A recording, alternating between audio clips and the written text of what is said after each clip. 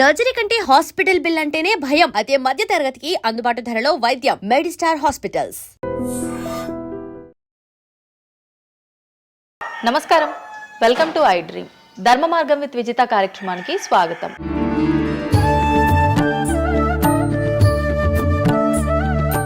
ప్రస్తుతం మనతో పాటు ఉన్నారు ప్రముఖ జ్యోతిష్యులు వేణుస్వామి గారు. ఇప్పుడు వారితో మాట్లాడి మరిన్ని విషయాలు తెలుసుకుందాం. ముఖ్యంగా మనకెన్నో సందేహాలు ఉంటూ ఉంటాయి, వాటి గురించి అడిగి తెలుసుకునే ప్రయత్నం చేద్దాం. నమస్కారం అండి.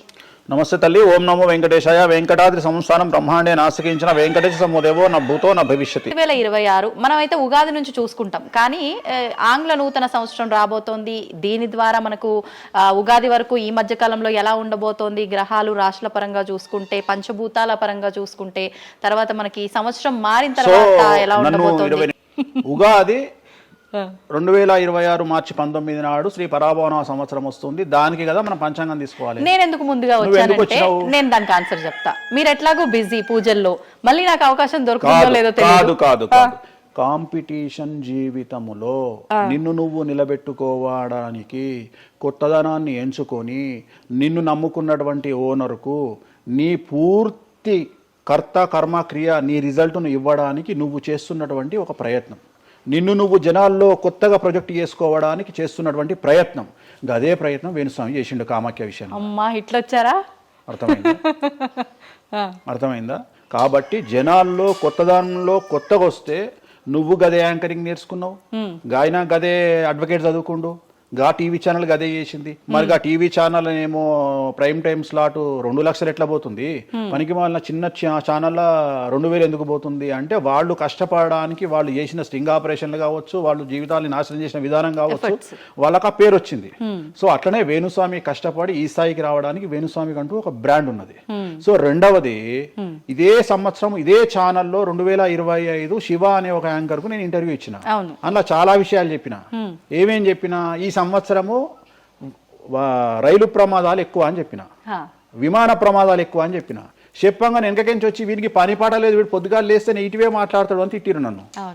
మరి అయినప్పుడు ఒక్కడన్నా పెట్టడేంద్రా?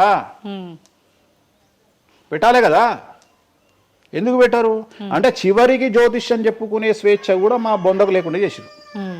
జ్యోతిష్యంలో అరే ఇప్పుడు నా సొంత కవిత్వం కాదు, ఎవరిని అడిగినా చెప్తారు. ఈ సంవత్సరం గురువు అధిపతి కమాండర్ కేతువు అన్ని క్లియర్గా ఉన్నాయి. కేతువు అంటే మోక్షకారకుడు, భక్తికారకుడు. ఈ సంవత్సరం 2026లో ఎక్కడైతే జనాలు గుమిగూడు ఉంటారో అక్కడ ప్రాబ్లమ్స్ వస్తాయి. అది రేపు జరగబోయేటువంటి పుష్కరాలు కావచ్చు, రేపు జరగబోయే సమ్మక్క సారక్క పండగ కావచ్చు, లేకపోతే దేవాలయాల్లో ముక్కోటి ఏకాదశి కావచ్చు, ఎక్కడైతే భక్తి భావం ఉంటుందో అక్కడ చాలా పెద్ద పెను ప్రమాదాలు సంచలనాలు జరుగుతాయని శాస్త్రం చెప్తుంది. శాస్త్రం చెప్పినప్పుడు ఆ శాస్త్రాన్ని వేణుస్వామి చెప్తున్నాడు. దీన్ని కూడా తప్పు తీసుకుపోయి వేణుస్వామి ఏలినాడు శని నడుస్తుంది మేషరాశికి, మేషరాశి బాగుండదు అని చెప్పాలి, కానీ మేషరాశి సూపర్ స్టార్లు అవుతారని నేనెందుకు చెప్తా అంటే, ఒక చూసినా వేణుస్వామి మన ఒక ఆమె నేను మీనరాశి బాగాలేదంటే మీనరాశికి బాగాలేదని చెప్తున్నా వేణుస్వామి ఎక్కడ చెప్పాడు వేణుస్వామి అని ఇట్లా ఊతుంది, ఇట్లనే ఊతుంది ఆమె, ఇట్లనే అంటుంది వేణుస్వామి చెప్పిండు అని తిట్టింది. నువ్వు నమ్మవమ్మా, ఆమె అమెరికా నుండి పంచుప్రభాకర్ అని ఒక ఆయన ఉంటాడు, ఆయన తిట్టిండమ్మా ఆ బూతులు భగవంతా నేనైతే తెల్లారి చచ్చిపోతుండే అంటే వాళ్ళిద్దరికి ఫైటింగ్ జరిగి. గదే మీనరాశి అని చెప్తున్నా నేను, ఆమె మీనరాశి అంట, గదే మీనరాశి అంటున్నా నేను. అంటే నేను చెప్పేది అదే, నేను చెప్పేది ఫస్ట్ శనీశ్వరుడు కాదు, శనేశ్వరుడు. శనీశ్వరుడు అని ఎందుకు వచ్చింది అంటే, ఒకరోజు శని శంకరుడు ఇద్దరు కలిసినప్పుడు శంకరుడు శనిని అడుగుతాడు, ఏందా నేను చూస్తే పెద్ద అందరు భయపడుతున్నారు, చాలా పెద్ద పెద్ద వాళ్ళు భయపడుతున్నారు, నువ్వు తోపు తురుమట కదా అంటాడు. అంటే నేను తోపు తురుమా కాదా, రేపు చెప్తా నీ సంగతి అంటాడు. ఎవరు? శని ఈశ్వరుని అంటాడు. అంటే ఏంది అంటే, రేపు నీ టైం వచ్చింది, నీ సంగతి ఏందో చెప్తా అంటాడు. అంటే తెల్లవారి పొద్దున సూర్యోదయానికి శంకరుడు పోయి ఒక చెట్టు తొర్రలో దాచుకొని సాయంత్రం సూర్యాస్తమయం వరకు చెట్టు తొర్రలోనే ఉంటాడు. ఉండి బయటకు వస్తాడు. బయటకు వచ్చిన తర్వాత శని ఎదురుపడితే నన్నేమో చేస్తా అన్నావు కదా, ఏం చేసినావు అంటాడు. అంటే నువ్వు లయకారకుడివి, ప్రపంచాన్ని శాసిస్తావు, ముల్లోకాలను శాసిస్తావు, అట్లాంటి నిన్ను తీసుకుపోయి సూర్యోదయం నుండి సూర్యాస్తమయం దానిక చెట్టు త్వరలో దాచిపెట్టిన, ఇంతకంటే నేను చేసేదే ఉంది అంటాడు. ఆట మొదలు పెట్టేశాడు అక్కడ ఆల్రెడీ. అప్పటి నుండి ఆయనకు శనీశ్వరుడు అని పేరు వచ్చింది. Okay okay. సో ఇది జరిగింది శంకరుడికి కూడా జరిగింది, రాముడికి కూడా జరిగింది. సో ఏలినాటి శని పీరియడ్లో, షష్టమ శని పీరియడ్లో బాధలు పడేటువంటి పరిస్థితి ప్రతి ఒక్కళ్లకు ఉంటుంది. రెండవసారి ఏలినాటి శనిలో మరీ దరిద్రంగా ఉంటుంది. కలియుగంలో దాని తీవ్రత చాలా ఎక్కువగా ఉంటుంది. కలియుగంలో ఫిజికల్ కంటే మానసికమైన దెబ్బలు చాలా ఎక్కువగా ఉంటాయి. జనాలు కొట్టే దెబ్బలు చాలా ఎక్కువగా ఉంటాయి. నరఘోష వల్ల తినే దెబ్బలు చాలా ఎక్కువగా ఉంటాయి. కలియుగ దైవమైనటువంటి వెంకటేశ్వర స్వామి వారికే ఎన్నో రకాల పూజలు చేసి దిష్టి తీయడానికి ప్రయత్నం చేస్తున్న సందర్భంలో ఆఫ్టర్ ఆల్ మానవుల మనమెంత. సో మన మీద ఎన్నో రకాల దుష్ప్రయోగాలు ఉంటాయి, ఎన్నో రకాల నరఘోషలు ఉంటాయి. సో ఇవన్నీ జనాలకు తెలియజేయాల్సిన బాధ్యత ఒరిజినల్ పండితుడిగా, ఒరిజినల్ జ్యోతిష్కుడిగా నా మీద ఉంది. సో సొంత కవిత్వము జనాలకు పాజిటివ్గా చెప్పడానికి నేనేమి ఏమో అంటారు కదా, వ్యక్తిగత ఏదో అంటారు వాళ్ళను, వ్యక్తిగతంగా కౌన్సిలింగ్ ఇచ్చేటువంటి వాడిని కాదు నేను. సో నేను శాస్త్రం ఏం చెప్పిందో నేను దాన్ని మాత్రమే జనాలకు చెప్పడానికి నేను ఇక్కడ ఉన్నా. అంతేగాని క్యాన్సర్ వచ్చిన పట్టుకొని నీకు ఏం లేదు అని చెప్పి వాడిని ఇంటికి పంపించి 2 రోజుల తర్వాత సచ్చేటట్టు చేసేటువంటి నీచుండి నేను కాదు. క్యాన్సర్ వస్తే క్యాన్సర్ వచ్చింది, ధైర్యంగా బతుకు, ఇంకా బతుకు, నీ కోరికలు తీర్చుకో, అన్ని కోరికలు తీసుకొని సావు అని చెప్తా. రెండవది, అన్ని తిని 60 ఏళ్ళు పోతే ఏం తినకుండా 80 ఏళ్ళు బతికితే లాభం లేదు. సో కలియుగంలో ఇవన్నీ సమస్యలు చాలా తీవ్రంగా ఉంటాయి. భార్యాభర్త కారులో పోతే పక్కింటోడు ఏడిస్తాడు, మంచి కారు కొనుక్కుంటే ఏడిస్తాడు, ఒక పిల్లగాడు మంచి ఉత్తీర్ణత శాతంలో పాస్ అయితే ఏడిస్తారు, మంచి ఉద్యోగం వస్తే ఏడిస్తారు, ఒక పొలిటికల్ బాగుంటే తెస్తాడు, ఒక యాంకర్కు డబ్బులు వస్తే తెస్తాడు. సో ప్రతి దగ్గర ఏడుపు ఏడుపు ఏడుపు, జలసు అనేటువంటిది రాజ్యమేలుతున్నటువంటి సందర్భంలో తెలుగు రాష్ట్రాలలో అది పీక్ స్థాయిలో ఉండేటువంటి పరిస్థితులలో నిజాలు చెప్పి జనాలని భయానికి దూరంగా ఉంచాల్సినటువంటి బాధ్యత నాది, జరగబోయే నష్టం నుండి కాపాడాల్సినటువంటి బాధ్యత నాది అని ఇంతమంది రాళ్ళేసినా, ఇంత చెండాల పనులు చేసినా, వ్యక్తిగతంగా నన్ను విమర్శలు చేసినా నేను ఎవరిని వ్యక్తిగతంగా విమర్శించడం లేదు. ఎందుకంటే ప్రతి ఒక్కడి ముడి కింద ఖచ్చితంగా సమస్యలు ఉంటాయి. ఈ శుద్ధపూస ఎవడూ కాదు. నాకంటూ నెల రోజులు పక్కకు తీస్తే ఒక్కొక్కటి జాతకాలు చెప్పగలుగుతా అందరివి. నేను వాటి జోలికి బోదలుచుకోవట్లేదు. శాస్త్రం ఏం చెప్పిందో శాస్త్ర ప్రామాణికంగా నేను జనాలకు తెలియజేయాలని కోరుకుంటున్నా.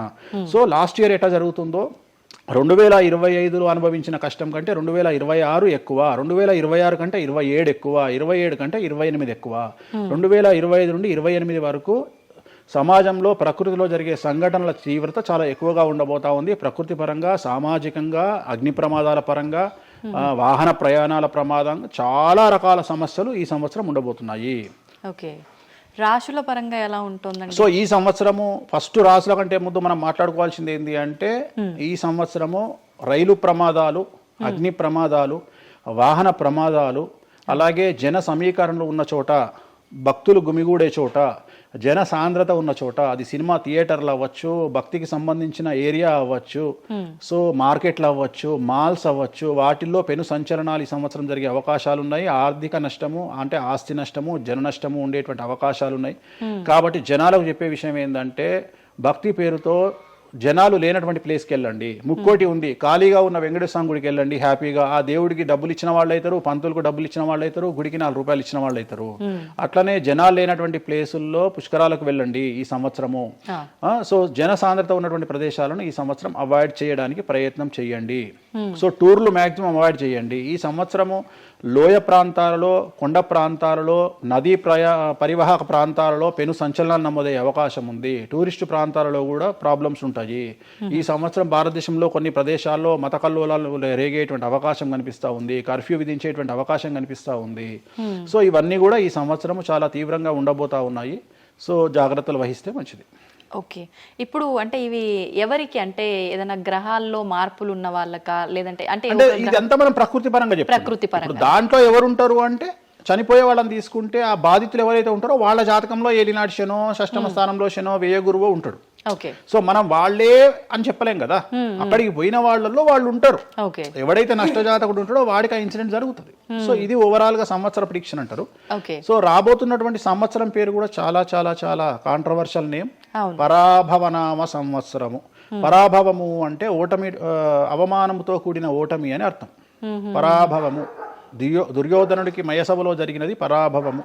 సో అలాంటి పరాభవము ఎవరికి జరుగుతుంది అంటే ఎవరి జాతకంలోనైతే ఏలినాటి శని ఉందో 6వ స్థానంలో శని ఉన్నాడో 8వ స్థానంలో శని ఉన్నాడో 12వ స్థానంలో గురువు ఉన్నాడో వాళ్లకు ఈ సంవత్సరం సంచలనాలు ఉండబోతా ఉన్నాయి. అది మేషరాశి కావచ్చు, మీనరాశి కావచ్చు, సింహరాశి కావచ్చు. సో ఇలాంటి వారికి ఈ సంవత్సరం పెను సంచలనాలు ఉండేటువంటి అవకాశాలు ప్రస్ఫుటంగా కనిపిస్తూ ఉన్నాయి. సో ఇది ఓవరాల్గా సంవత్సర ఫలితము. ఇక 12 రాశులకు సంబంధించి ముందుగా మేషరాశి కనుక తీసుకున్నట్లయితే మేషరాశికి ఈ సంవత్సరము ఏలినాటి శని నడుస్తూ ఉంది. సో ఏలినాటి శని ఒక పక్క గురువు బాగాలేడు, ఒక పక్క రాహు బాగాలేడు, ఒక పక్క కేతు బాగాలేడు. సో ఇలాంటి సందర్భంలో పెను సంచలనాలకు కారణభూతమయ్యేటువంటి అవకాశం ఉంది. సో విద్యార్థులకు ఉత్తీర్ణత శాతం తగ్గుతుంది, కోరుకున్న ప్లేస్మెంట్స్ రావు, వీసా రిజెక్ట్ అయ్యే అవకాశం ఉంది. ఉద్యోగస్తులకు పై అధికారుల వల్ల సమస్యలు ఉంటాయి, ప్రమోషన్లు ఆగిపోతాయి. సో బదిలీలు చాలా దూరంగా బదిలీలు అయ్యే అవకాశం కనిపిస్తూ ఉంది. రాజకీయ నాయకులకు ఫెయిల్యూర్స్ కనిపిస్తూ ఉన్నాయి, ఉన్న పదవులు కోల్పోయే అవకాశం కనిపిస్తుంది, ఎన్నికలలో ఓటమి కనిపిస్తూ ఉంది. రైతులకు మొదటి పంట కంటే రెండవ పంట బాగుండే అవకాశం ఉంది. కళాకారులకు క్రీడాకారులకు అవకాశాలు తగ్గిపోయి ఆదాయం తగ్గిపోయే అవకాశం ఉంది. స్త్రీలకు సంబంధించి భర్తల మధ్యన గొడవలు అయ్యే అవకాశం ఉంది. అలాగే వ్యాపారస్తులకు బ్యూరోక్రాట్లకు ఈ సంవత్సరం ఏసీబీ, సిబిఐ, సిఐడి లాంటి కేసులు లేదా ఈడీ కేసులు కనిపిస్తూ ఉన్నాయి. ఈ సంవత్సరం ఓవరాల్గా మేషరాశి వాళ్ళని తీసుకుంటే న్యాయపరమైన ఇబ్బందులు, ఆర్థికపరమైన ఇబ్బందులు, ఆరోగ్యపరమైన ఇబ్బందులు, తండ్రికి సంబంధించిన అపమృత్యు గండము,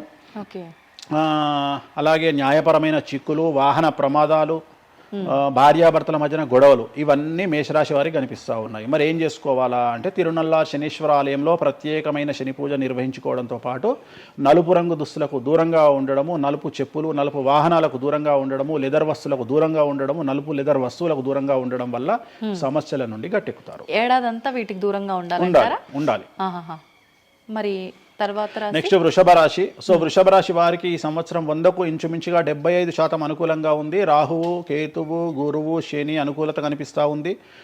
చాలా బాగుండబోతా ఉంది. ఈ సంవత్సరం మే నుండి విపరీతమైన రాజయోగం పట్టబోతా ఉంది. చాలా అనుకూలంగా ఉంది. విద్యార్థులకు ఉత్తీర్ణత శాతం ఉంటుంది. స్త్రీలకు అనుకూలమైన ఫలితాలు ఉంటాయి. స్త్రీలకు మీ ఇంట్లో కమాండింగ్ అంతా మీదే ఉంటుంది. రాజకీయ నాయకులకు ఎన్నికలలో విజయాలు సాధిస్తారు. డబ్బులు ఎక్కువ ఖర్చైనా విజయాలు సాధిస్తారు. అలాగే రైతులకు 2 పంటల దిగుబడి, రాబడి బాగుంటుంది. విద్యార్థులకు కోరుకున్న ప్రదేశాల్లో సీట్లు వస్తాయి. ఉత్తీర్ణత శాతం పెరుగుతుంది.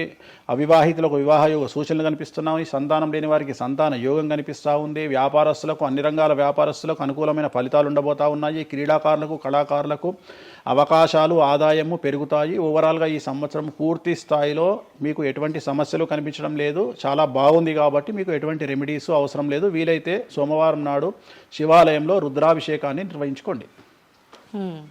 సో నెక్స్ట్ మిథున రాశి. ఈ సంవత్సరం ఏదైనా రాశి 100కు 110% అనుకూలంగా ఉంది అంటే మిథున రాశి. సో గురువు, రాహువు, కేతువు అన్ని గ్రహాలు అనుకూలంగా ఉన్నాయి. పట్టిందల్లా బంగారంగా ఉంటుంది. గురువు అతిచారం వల్ల మీ జాతకం చాలా బాగుండబోతా ఉంది. గత 10 సంవత్సరాల నుండి మీరు పడుతున్నటువంటి కష్టాలన్నీ తొలగిపోయే అవకాశాలు కనిపిస్తూ ఉన్నాయి. సో కొత్త స్పీడ్తో ముందుకు వెళ్ళండి. కొత్త ఆలోచనలు చేయండి. ఎంత గొప్పగా జీవితంలో ముందుకెళ్లాలో ప్లాన్ చేయండి. చాలా గొప్పగా ఆలోచించండి. చిన్నగా ఆలోచన చేయకండి. గురువు విపరీత రాజయోగాన్ని ఇవ్వబోతా ఉన్నాడు. దైవబలం మీకు అనుకూలంగా ఉంది. గురుబలం మీకు అనుకూలంగా ఉంది. శనిబలం మీకు అనుకూలంగా ఉంది. కాబట్టి కొత్త వ్యాపారాలు ప్రారంభించండి. విపరీతమైనటువంటి చాలా గొప్పగా కలలు కనండి. ఆ కళలను సాకారం చేసుకునే దిశగా ప్రయాణం చేయండి. విద్యార్థులకు అనుకూలంగా ఉంది. ఉద్యోగస్తులకు అనుకూలంగా ఉంది. వ్యాపారస్తులకు అనుకూలంగా ఉంది. రైతులకు 2 పంటలు అనుకూలంగా ఉంది. సో ప్రతి వాళ్ళు చెరువులు, తర్వాత చేపల చెరువులు, రొయ్యల చెరువులు పండించే వాళ్ళకు అనుకూలంగా ఉంది. పౌల్ట్రీ ఫామ్ వాళ్ళకు అనుకూలంగా ఉంది. రాజకీయ రంగం వారికి అనుకూలంగా ప్రజల్లో మంచి మార్పులు కనిపిస్తూ ఉన్నాయి.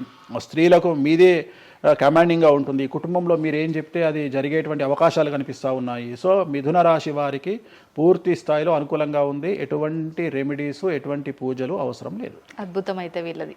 నెక్స్ట్ కర్కాటక రాశి. సో నెక్స్ట్ కర్కాటక రాశి. సో కర్కాటక రాశి వారికి కూడా ఇంచుమించు 90% అనుకూలంగా ఉంది. కాకపోతే ఇక్కడ ఉన్న సమస్య ఏంటి అంటే మే వరకు 2026 మే వరకు కొద్దిగా వీళ్ళకు గురువు 12వ ఇంట్లో ఉన్నాడు కాబట్టి కాళ్ళు చేతులు విరిగే అవకాశం ఉంది. దెబ్బలు తగిలించుకునే అవకాశం కనిపిస్తూ ఉంది. జాగ్రత్తగా ఉండండి. సాధ్యమైనంత వరకు లెమన్ ఎల్లో కలర్ దుస్తులు ధరించే ప్రయత్నం చేయండి. చాలా అనుకూలంగా ఉండబోతా ఉంది. రాజకీయ రంగంలో ఉండే వాళ్లకు విపరీతమైనటువంటి విజయాలు సిద్ధిస్తాయి. జనాల్లో అనుకూలమైన వాతావరణం ఉంటుంది. వ్యాపారస్తులకు విశేషించి అనుకూలంగా ఉంటుంది. విద్యార్థులకు అనుకూలంగా ఉంటుంది. అలాగే రైతులకు అనుకూలంగా ఉంటుంది, కళాకారులకు క్రీడాకారులకు మరీ అనుకూలంగా ఉంటుంది. కాకపోతే ఓవరాల్గా కర్కాటక రాశి వారికి ఈ సంవత్సరం కొద్దిగా శత్రువుల యొక్క బెడద ఒక 10% కనిపిస్తూ ఉంది. కానీ శత్రువులను పట్టించుకోకండి. శని బలం వల్ల వాళ్ళు ఎంత ప్రయత్నాలు చేసినా, రాహు బలం వల్ల వాళ్ళు ఎంత ప్రయత్నాలు చేసినా మిమ్మల్ని ఎవరు ఏమీ చేయలేరు. సో మీరు చేయాల్సింది ప్రతి గురువారం నాడు లెమన్ ఎల్లో దుస్తులు ధరించే ప్రయత్నం చేయండి. అలాగే శ్రీకాళహస్తిలో గురు దక్షిణామూర్తి వద్ద గురువారం నాడు గురుహోరలో గురువుకు అంటే దక్షిణామూర్తికి అష్టోత్తర పూజ చేయించుకోండి. అలాగే పసుపు రంగు పువ్వు ఏదైనా ఉంటే అక్కడ నుండి తెచ్చుకొని ఇంట్లో పెట్టుకోండి, మీకు అనుకూలమైన ఫలితాలు ఉంటాయి. అంటే శని వీళ్ళకి ఫేవర్గా ఉన్నాడు అంటే శని వీళ్ళకి చాలా ఫేవర్గా ఉన్నాడు, రాహు ఫేవర్గా ఉన్నాడు, కేతు ఫేవర్గా ఉన్నాడు, మే నుండి గురువు కూడా ఫేవర్గా ఉంటాడు. అది ఉన్న చిన్న చిన్న ఇబ్బందులకు కూడా ఏమైనా దానాలు అలాంటివి అదే మనం చెప్పినందుకు గురువు లెమన్ ఎల్లో కలర్ గురువుకు దక్షిణామూర్తి సరిపోతుంది, ఇంకా అవసరం లేదు, దానాలు అవసరం లేదు. మరి తదుపరి రాశి సో నెక్స్ట్ సింహరాశికి ఈ సంవత్సరం అష్టమ శని నడుస్తూ ఉంది. గురువు వ్యతిరేకమైన ఫలితాలు, రాహు కేతువు చాలా నెగిటివ్గా ఉన్నారు. సో ఇంచుమించుగా 4 గ్రహాలు వ్యతిరేకమైన దిశలో ఉన్నాయి. అష్టమ శని అంటే తల్లికి ఆరోగ్యపరమైన ఇబ్బందులు ఉంటాయి, మానసికమైన ఇబ్బందులు ఉంటాయి, శారీరకమైనటువంటి అనారోగ్య సమస్యలు ఉంటాయి, అలాగే ఆర్థికపరమైన ఇబ్బందులు, న్యాయపరమైన చికాకులు ఉంటాయి. జాగ్రత్తగా ఉండండి. నలుపు రంగు దుస్తులకు దూరంగా ఉండండి. విద్యార్థులకు సమస్యలు, ఉద్యోగస్తులకు సమస్యలు, వ్యాపారస్తులకు సమస్యలు, ఈడీ కేసులు, పోలీస్ కేసులు, బ్యూరోక్రాట్స్కు సిబిఐ కేసులు, రైతులకు పంటల దిగుబడిలో నష్టము, కళాకారులకు క్రీడాకారులకు వాళ్ళ అవకాశాలను ఇతరులు దక్కించుకునేటువంటి అవకాశం కనిపిస్తూ ఉంది. స్త్రీలకు భార్యాభర్తల మధ్యన గొడవలు. సో ఓవరాల్గా సింహరాశి వారికి ఏ రంగంలో వారైనా సమస్యలు కనిపిస్తూ ఉన్నాయి. అష్టమ శని ప్రభావం కనిపిస్తూ ఉంది కాబట్టి నలుపు రంగు దుస్తులకు దూరంగా ఉండండి. తీరు నల్లార్ శనీశ్వర ఆలయంలో ప్రత్యేకమైన శని పూజను నిర్వహించుకోవడం ద్వారా సమస్యల నుండి గట్టెక్కుతారు. ఓకే. సో నెక్స్ట్ కన్యారాశి.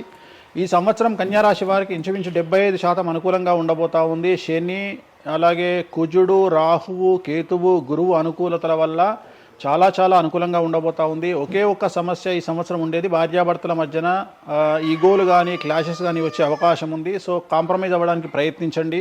భార్య దగ్గర భర్త, భర్త దగ్గర భార్య, కాంప్రమైజ్ అవ్వండి. ఈగోలకు పోవద్దు, జెలస్లకు పోవద్దు. ఆర్థికపరమైన అంశాల్లో జాగ్రత్తగా ఉండండి. విద్యార్థులకు అనుకూలత కనిపిస్తూ ఉంది, రాజకీయ నాయకులకు అనుకూలత కనిపిస్తూ ఉంది, వ్యాపారస్తులకు, కళాకారులకు, క్రీడాకారులకు విశేషమైన యోగం లభించబోతూ ఉంది. న్యాయస్థానాల్లో పనిచేసే వాళ్లకు, న్యాయ సంబంధమైన వృత్తిలో ఉండే వాళ్లకు అనుకూలమైన ఫలితాలు ఉండబోతూ ఉన్నాయి. స్త్రీలకు విశేషించి అనుకూలంగా ఉండబోతూ ఉంది.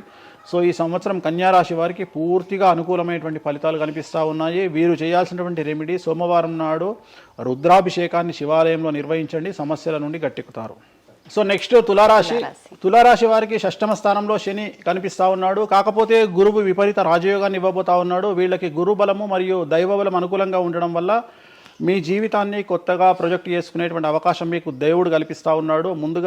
ముందుకు వెళ్ళే ప్రయత్నం చేయండి. చాలా కొత్తగా మిమ్మల్ని మీరు ఆవిష్కరించుకునే ప్రయత్నం చేయండి. మిమ్మల్ని మీరు కొత్తగా సమాజానికి చూపించుకోండి. దానివల్ల మీ ఆలోచనలు మార్చుకోండి. చాలా గొప్పగా థింక్ చేయండి, గొప్పగా కలలు కనండి, వాటిని సాకారం చేసుకోండి.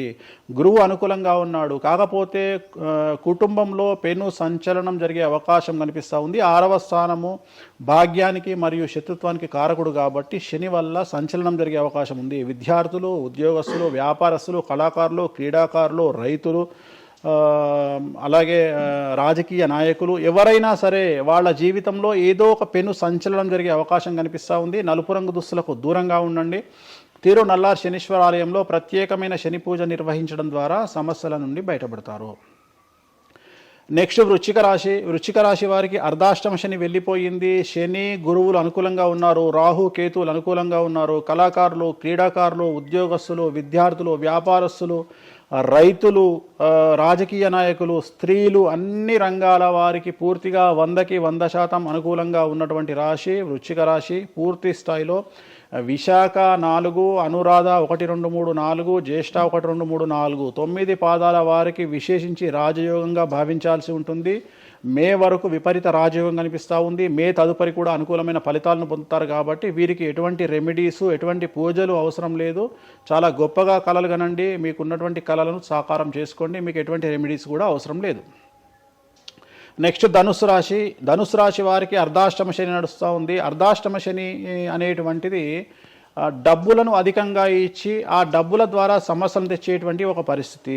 అంటే డబ్బులు లేకపోతేనే సమస్యలు అంటారా? డబ్బులు ఉంటే కూడా సమస్యలు. డబ్బులు ఉన్నప్పుడు వాటిని మనం ఖర్చు చేసే విధానంలో సమస్యలు, వాటిని మనం ఎలా సమాజంలో ఖర్చు పెట్టబోతున్నామనే సమస్యలు ఏర్పడేటువంటి అవకాశం ఉంది. కాబట్టి మీరు ఇన్వెస్ట్మెంట్ చేయడంలో కానీ, అప్పులు ఇవ్వడంలో కానీ, ఎవరికైనా అప్పులు ఇవ్వడంలో కానీ, చిట్టీలు వేయడంలో కానీ, సహాయం చేయబోయేటప్పుడు కానీ జాగ్రత్తలు తీసుకోండి. ఎటువంటి పరిస్థితుల్లోనూ డబ్బులు ఎవరికి ఇవ్వవద్దు. సో ధనుస్సు రాశి వారికి డబ్బు పరంగా సమస్యలు ఏర్పడే అవకాశం ఉంది. రాక డబ్బులు వచ్చినాయి కాబట్టి తీసుకెళ్ళి వేరే వాళ్ళకి ఇచ్చి మోసపోయే అవకాశాలు కనిపిస్తూ ఉన్నాయి. ఈ ఒక్క విషయంలో ధనుసు రాశి వాళ్ళు జాగ్రత్తలు తీసుకుంటే విద్యార్థులకు, ఉద్యోగస్తులకు, కళాకారులకు, క్రీడాకారులకు, రాజకీయ నాయకులకు, స్త్రీలకు, వ్యాపారస్తులకు, రైతులకు, అన్ని రంగాల వారికి ఈ సంవత్సరం అనుకూలంగా ఉంటుంది. ఓన్లీ మీరు చేయాల్సిన రెమెడీ నలుపు రంగు దుస్తులకు దూరంగా ఉండండి. తిరునల్లార్ శనీశ్వర ఆలయంలో ప్రత్యేకమైన శని పూజ నిర్వహించడం ద్వారా సమస్యల నుండి గట్టెక్కుతారు. నెక్స్ట్ మకర రాశి వారికి ఈ సంవత్సరం చాలా అనుకూలంగా ఉంది. ఈ సంవత్సరం అండర్లైన్ చేయాల్సిన విషయం ఏమిటంటే మకర రాశి వారికి భార్యాభర్తల మధ్యన గ్యాప్ ఏర్పడేటువంటి అవకాశం ఉంది. గొడవలు వచ్చే అవకాశం ఉంది. ఈగోస్ వల్ల కానీ వేటి వల్ల అయినా సమస్యలు వచ్చే అవకాశం ఉంది. అది కాకుండా విద్యార్థులకు అనుకూలతలు ఉంటాయి, ఉద్యోగస్తులకు అనుకూలతలు ఉంటాయి, రైతులకు 2 పంటల దిగుబడి రాబడి ఉంటుంది. అలాగే రాజకీయ నాయకులకు సమాజంలో మంచి పేరు ప్రఖ్యాతులతో పాటు పదవులు సిద్ధిస్తాయి. రైతులకు 2 పంటల దిగుబడి రాబడి ఉంటుంది. వ్యాపారస్తులకు రూపాయికి 100 రూపాయల లాభం ఉంటుంది. స్త్రీలకు కోరుకున్నటువంటి ఫలితాలు ఉంటాయి. అన్ని రంగాల వారికి అనుకూలమైన ఫలితాలు మకర రాశి వారికి ఉండబోతా ఉన్నాయి. వీరు సోమవారం నాడు శివాలయంలో రుద్రాభిషేకం నిర్వహించుకున్నట్లయితే సమస్యల నుండి గట్టెక్కుతారు. సో నెక్స్ట్ కుంభరాశి వారికి ఏలినాటి శని చివరి అంకంలో ఉంది. చాలా సమస్యలు కనిపించబోతా ఉన్నాయి. కుటుంబంలో ఎవరిని తీసుకున్నా విద్యార్థులు, ఉద్యోగస్తులు, వ్యాపారస్తులు, కళాకారులు, క్రీడాకారులు, రాజకీయ నాయకులు, స్త్రీలు, ఉద్యోగస్తులు, బ్యూరోక్రాట్లు అందరికీ సమస్యలు ఉన్నాయి. వాహన ప్రమాదాలు, పోలీస్ కేసులు, కోర్టు కేసులు, ఆరోగ్యపరమైన ఇబ్బందులు, మానసికమైన ఇబ్బందులు, స్త్రీలకైతే థైరాయిడ్ సమస్యలు, పీసీఓడి సమస్యలు, గర్భసంచికి సంబంధించిన సమస్యలు, మానసికమైన ఇబ్బందులు బాధించే అవకాశం కనిపిస్తూ ఉంది. జాగ్రత్తగా ఉండండి. నలుపు రంగు దుస్తులకు దూరంగా ఉండండి. శనివార నియమాన్ని పాటించండి. సప్త శనివార వ్రతాన్ని పాటించండి. సప్త శనివార వ్రతం అంటే శనివారం నాడు శ్రీ వెంకటేశ్వర స్వామి వారికి సంబంధించినటువంటి వ్రతము. ఇది పుస్తకం మీకు మార్కెట్లో దొరుకుతుంది. తీసుకొచ్చుకొని 7 వారాల పాటు 7 శనివారాల పాటు చేయండి. And for more videos, please subscribe to iDream. Please subscribe to iDream. Please subscribe iDream. And please subscribe to iDream. For more videos, subscribe to iDream. please like, share and subscribe to the channel. Congratulations, iDream. Subscribe to iDream. Subscribe to iDream. So subscribe to iDream Media. iDream team అందరికి huge congratulations. Please subscribe iDream Media. Please subscribe to iDream. Subscribe iDream. Please subscribe to iDream. iDream అంటే నా కళల ఛానల్ను subscribe చేసుకున్న నోరు తిరుగుతలేదు. మీరైతే గంట గుర్తు కొట్టండి. For more such videos, please subscribe to iDream. Subscribe to iDream. Please subscribe to iDream. Please subscribe iDream Media. Please do subscribe to iDream. Please subscribe to iDream Media. For best entertainment and information, please subscribe iDream. And don't forget to subscribe to iDream.